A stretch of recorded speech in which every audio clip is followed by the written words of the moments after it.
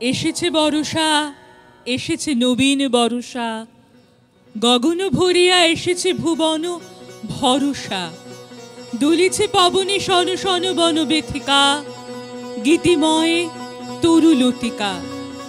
শতেক যুগের কবি দলে মিলিয়া আকাশে, ধনিয়া তুলিছে মত্ত মুদির বাতাসে। শতেক যুগের গীতিকা, শত শত গীত মুখরিত বনবেথিকা।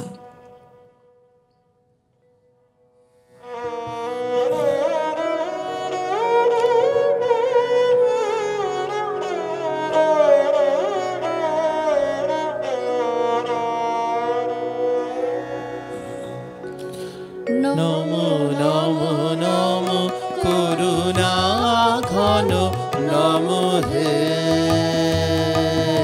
নমো হে, নমো হে, নমো হে, নমো নমো নমো করুণা ঘন নমো হে, নমো হে, নমো হে, নমো হে।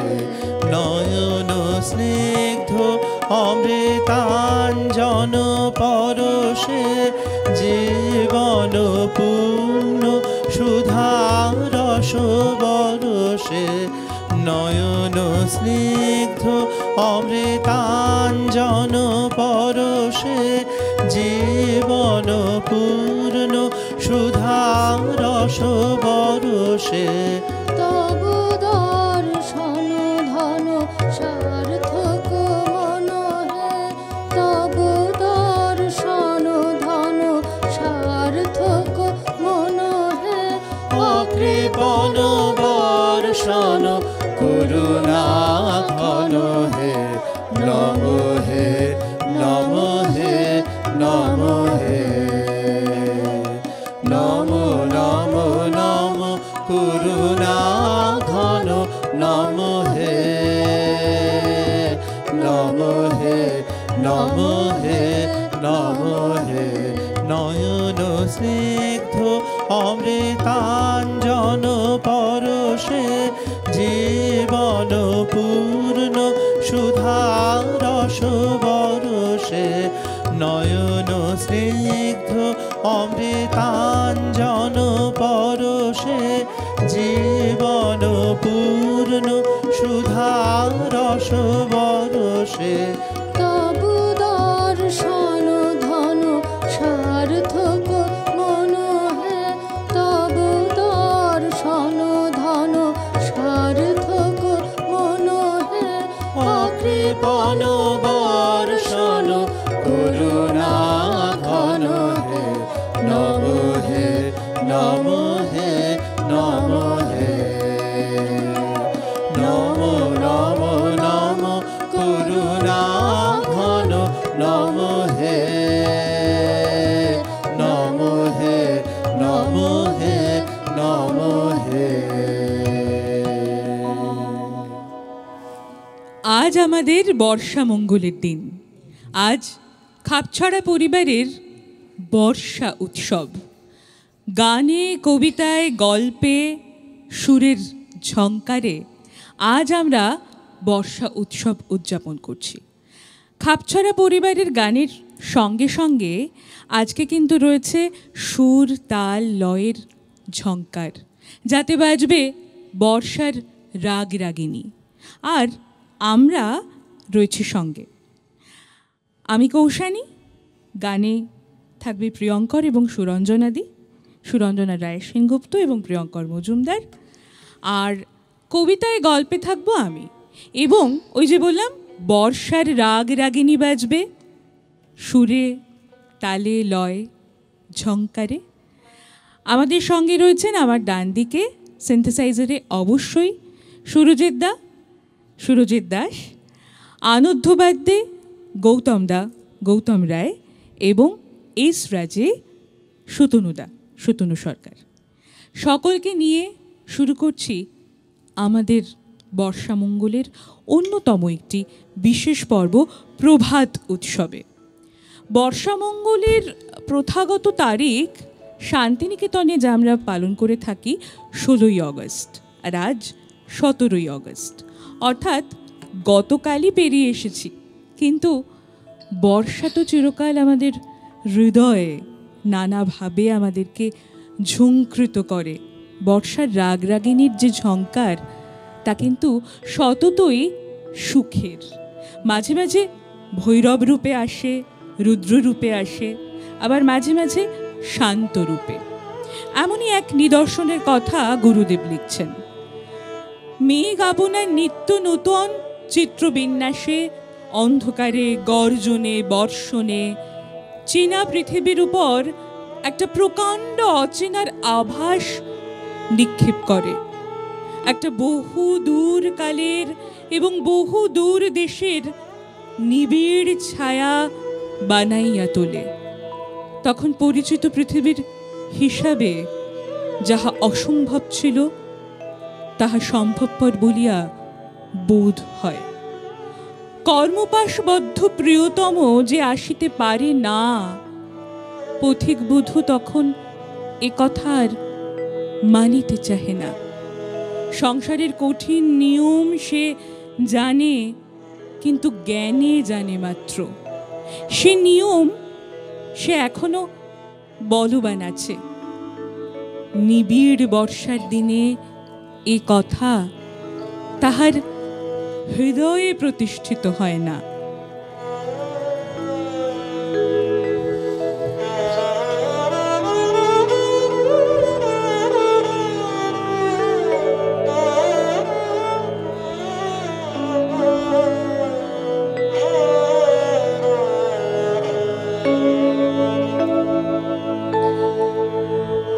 বাদল মেঘে মাদল বাজে, বাজে রে বাজে, গুরু গুরু গুরু গুরু গগন মাঝে।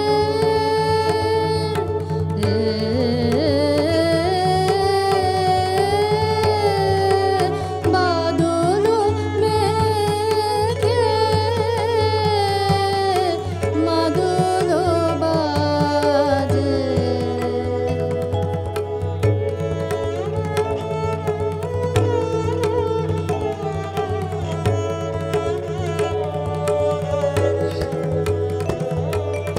তারে গভীর রোলে আমার হৃদয় দোলে রে, তারে গভীর রোলে আমার হৃদয় দোলে রে, আপন সুরে আপনি ভোলে, ভোলে ভোলে, গুরু গুরু গুরু গুরু গগন মাঝে।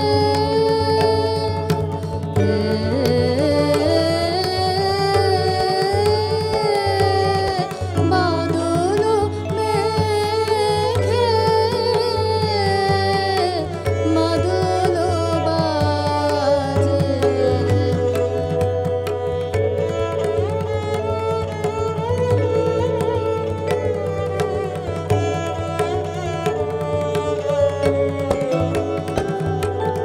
কোথায় ছিল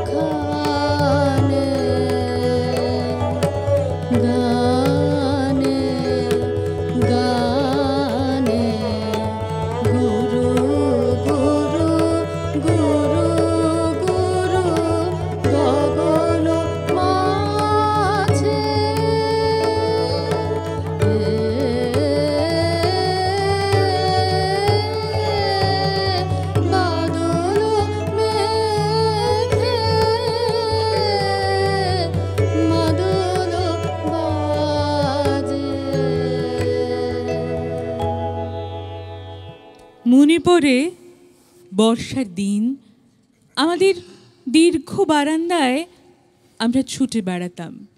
বাতাসে দুমদাম করে দরজা পড়ত। প্রকাণ্ড তেঁতুল গাছ তার সমস্ত অন্ধকার নিয়ে নড়ত। উঠোনে এক হাঁটু জল দাঁড়াতো। ছাদের উপরকার 4টে টিনের নল থেকে স্থূল জলধারা উঠোনের জলের উপর প্রচণ্ড শব্দে পড়ত ও ফেনিয়ে উঠত। ছেলেবেলায় রবীন্দ্রনাথ ঠাকুর এই ধরনেরই এক বৃষ্টির দিনের উপমা দিয়েছেন।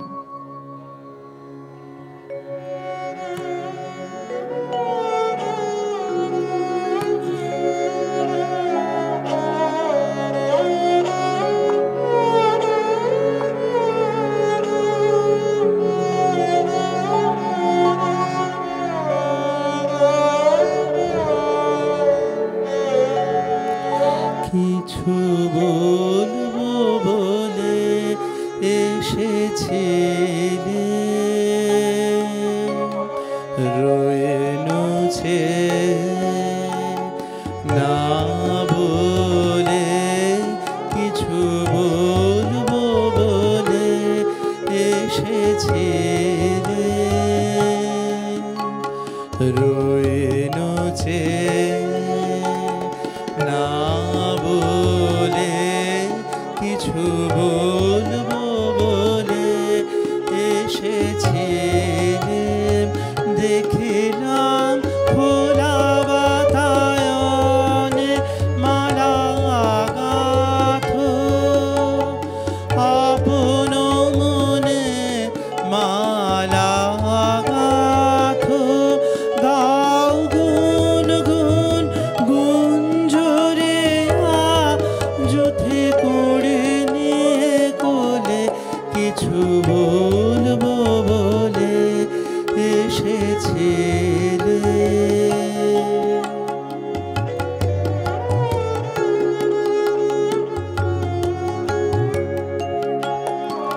সারা আকাশ তোমার দিকে চেয়েছিল, অনেমেখে সারা আকাশ, সারা আকাশ তোমার দিকে চেয়েছিল, অনেমেখে সারা আকাশ। মেঘ ছেড়া আলো এসে করেছিল, আলোকে সে পড়েছিল। মেঘ ছেড়া আলো এসে পড়েছিল, আলোকে সে পড়েছিল। বাদল মেঘে মৃদুল হাওয়ায় অলোক দোলে, কিছু বলবো বলে এসেছিলে, রয়েছে না বলে, কিছু বলবো বলে এসেছিলে।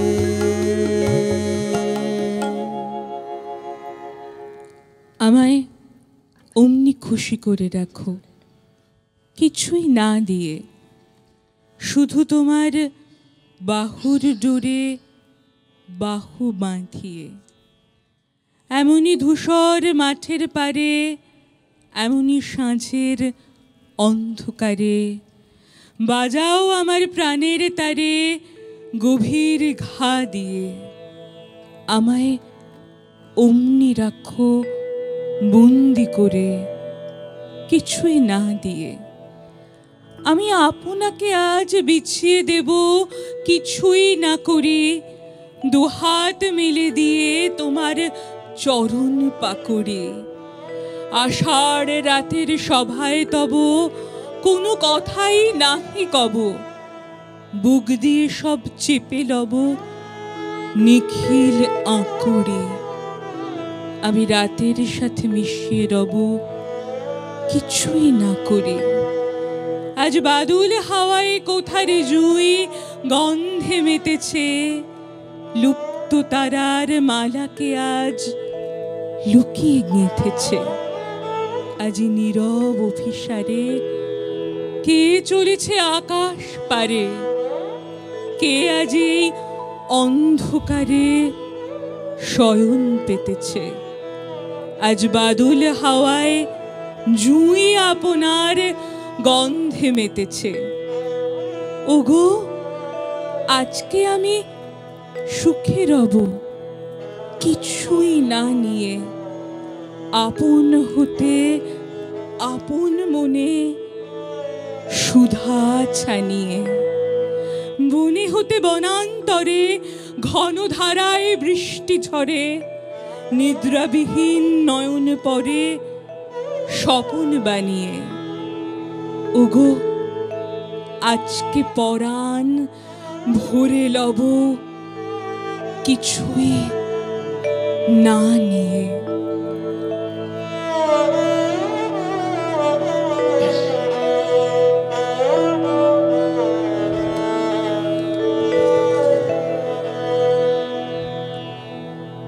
ওই যে ঝড়ের মেঘের কোলে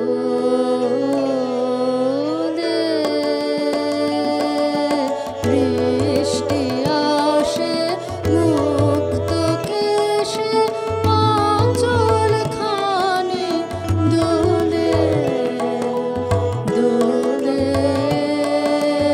দোলে। ওই যে ঝড়ের মেঘের কোলে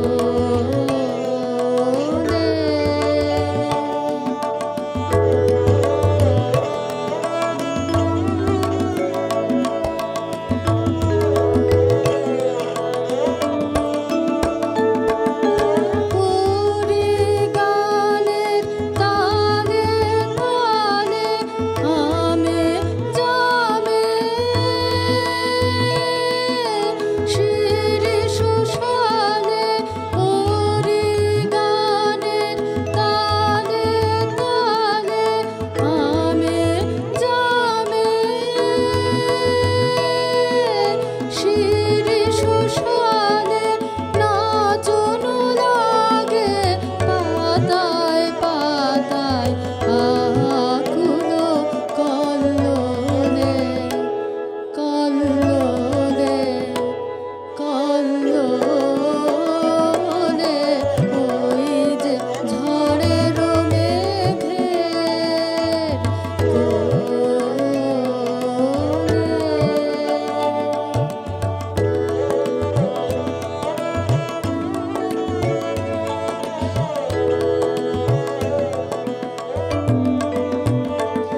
আমার দুই আঁখি ওই সুরে যায় হারিয়ে, সজল ধারা ওই ছায়াময় দূরে দূরে দূরে। আমার দুই আঁখি ওই সুরে যায় হারিয়ে, সজল ধারায়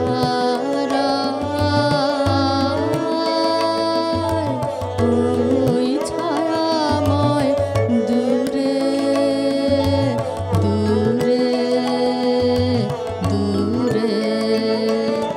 ভিজে হাওয়ায়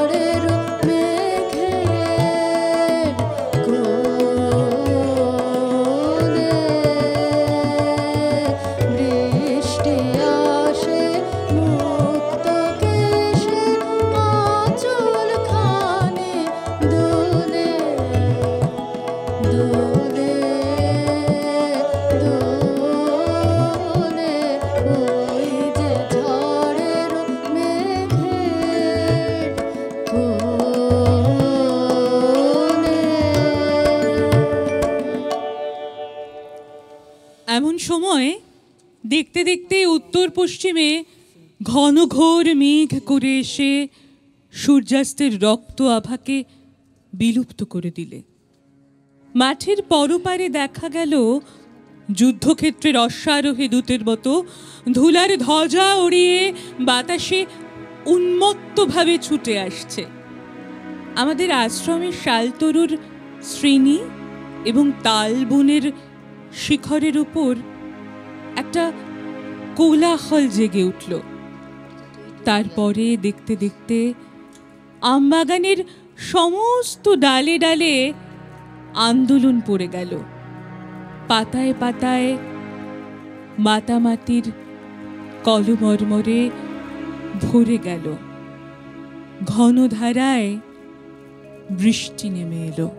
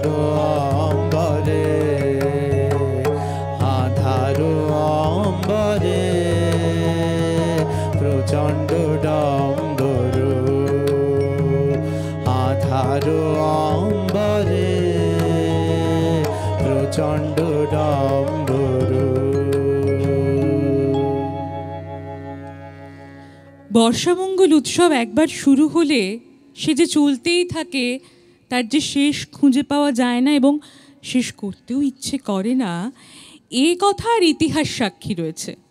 কিন্তু আমরা তো নিরুপায়।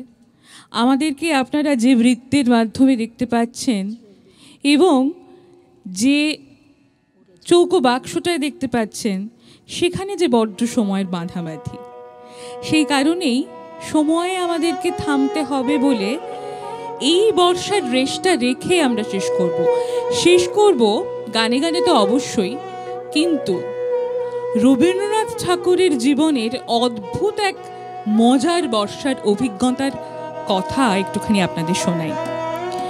শ্যামলী বাড়ির এক বর্ষার অভিজ্ঞতা। তখন 12 মাস অর্থাৎ 1 বছর হয়ে গিয়েছে রবীন্দ্রনাথ শ্যামলী বাড়িতে থাকছেন। এক বর্ষা গিয়ে আরেক বর্ষা এলো। এবারে বর্ষার বড় ভীষণ রূপ। বৃষ্টির বিরাম নেই, তার উপরে এলোমেলো হাওয়ার দাপট। বীরভূমের বালিমাটি অল্পতেই জল টানে, অল্পতেই গলে। শ্যামলীর মাটির ছাদে ফাটল ধরেছিল। বর্ষার জল ভিতরে ঢুকে ছাদের মাটি ভিজিয়ে দিতে দিতে পুরো ছাদটাই ভিজিয়ে দিল। উপরে অবিরাম ধারা। আরো কিছুক্ষণ এইভাবে চললে ছাদ গলে ধসে পড়বে। সকলেই ভয়ে ভাবনায় অস্থির। গুরুদেব এক মনে লিখে চলেছেন, কারো উৎকণ্ঠায় তাঁর কান নেই। বিকেলের দিকে আর যেন ভরসা রাখা যায় না। আকাশ আরো ঘন হয়ে এলো।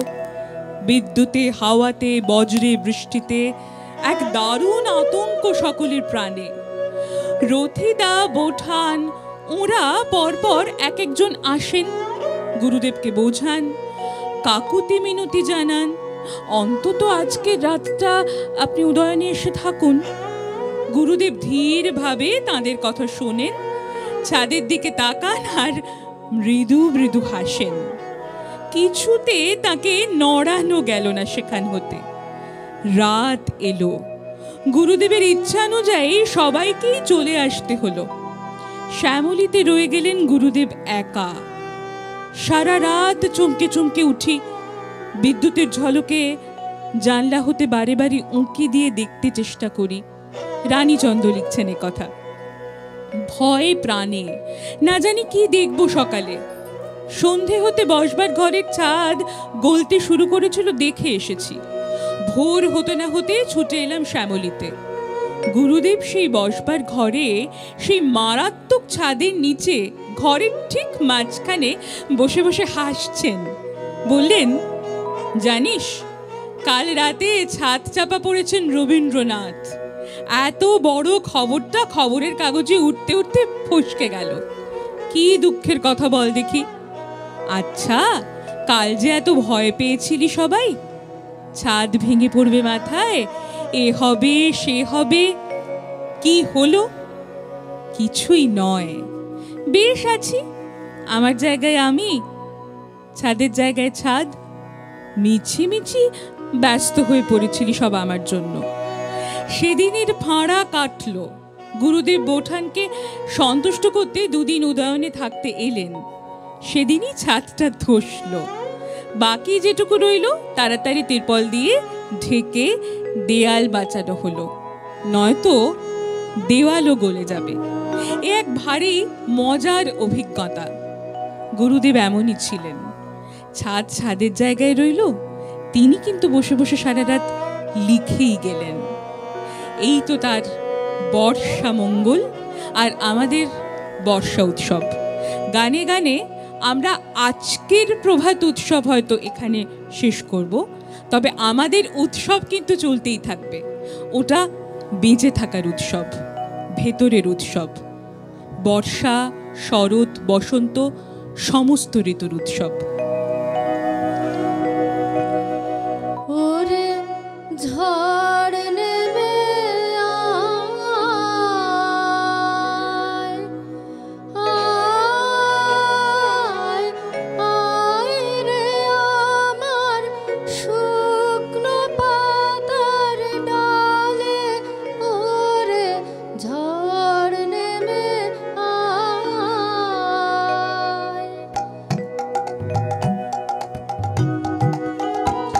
ওরে ঝড় নেমে আয়, আয় আয় রে আমার শুকনো পাতার ডালে ওরে ঝড় নেমে আয়।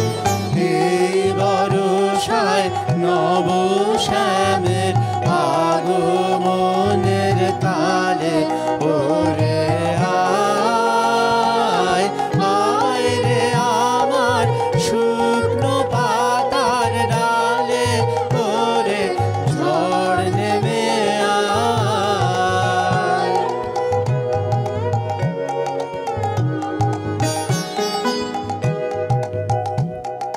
যা উদাসীন, যা প্রাণহীন, যা আনন্দ হারা, চরম রাতের অশ্রুধারায় আজ হয়ে যাক সারা অশ্রুধারা।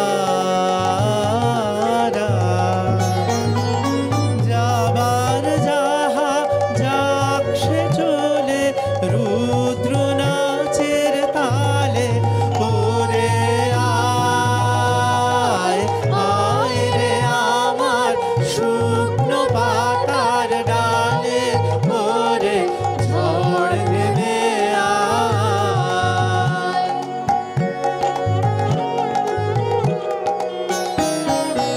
আসন আমার পাততে হবে রিক্ত প্রাণের ঘরে নবীন বাসন করতে হবে। সিক্ত বুকের পারে নবীন বাসন, আসন আমার পাততে হবে রিক্ত প্রাণের ঘরে নবীন বাসন করতে হবে। সিক্ত বুকের পারে নবীন বাসন। নদীর জলে বান ডেকেছে, কুল গেল তার ভেসে